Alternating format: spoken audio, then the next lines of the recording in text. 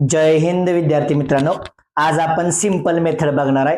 Square करायची किती 11 ते 20 पर्यंत 11 ते 20 पर्यंतचा स्क्वेअर एकदम सोप्या पद्धतीने. मित्रा काय करायचं बघ, बेस ह्याचा 10 घ्यायचा. 10 बेस किती घ्यायचा आहे? 10.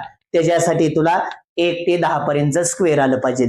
सुरुवातीला मला 11चा वर्ग करायचा आहे. कितीचा वर्ग करायचा आहे? 11चा. अगोदर 1चा वर्ग लिहायचा. 1चा वर्ग किती? 1च. आणि 10 पेक्षा कितीनं जास्त आहे? 1 तर 11 मध्ये 1 ऍड केलं की झालं 12.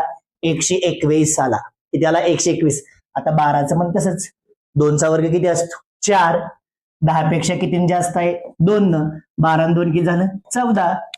13लाही तसंच. 3चा वर्ग किती? 9. 10 पेक्षा किती जास्त आहे? 3 प्लस 3 केलं. 13 आणि 3 किती आलं? 16.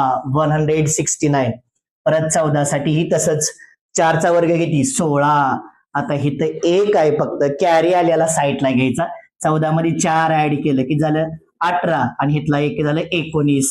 196. आता 15चा वर्ग घ्यायचा. 5चा वर्ग किती असतो? 25. किती किती होणार? 5. कॅरी किती आला? 2. ह्याच्यामध्ये किती ऍड करणार? 5. 15 आणि 5 20.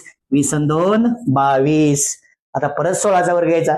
6चा वर्ग 36. Carry is 3. ह्याच्यामध्ये किती येतं? 10 पेक्षा किती जास्त आहे? 6. ह्याच्यामध्ये 6 ऍड केलं. 16 आणि 6 22 आणि 3 25. 256. आता परत 17चा वर्ग. 7चा वर्ग 49. कॅरी किती आला? 4.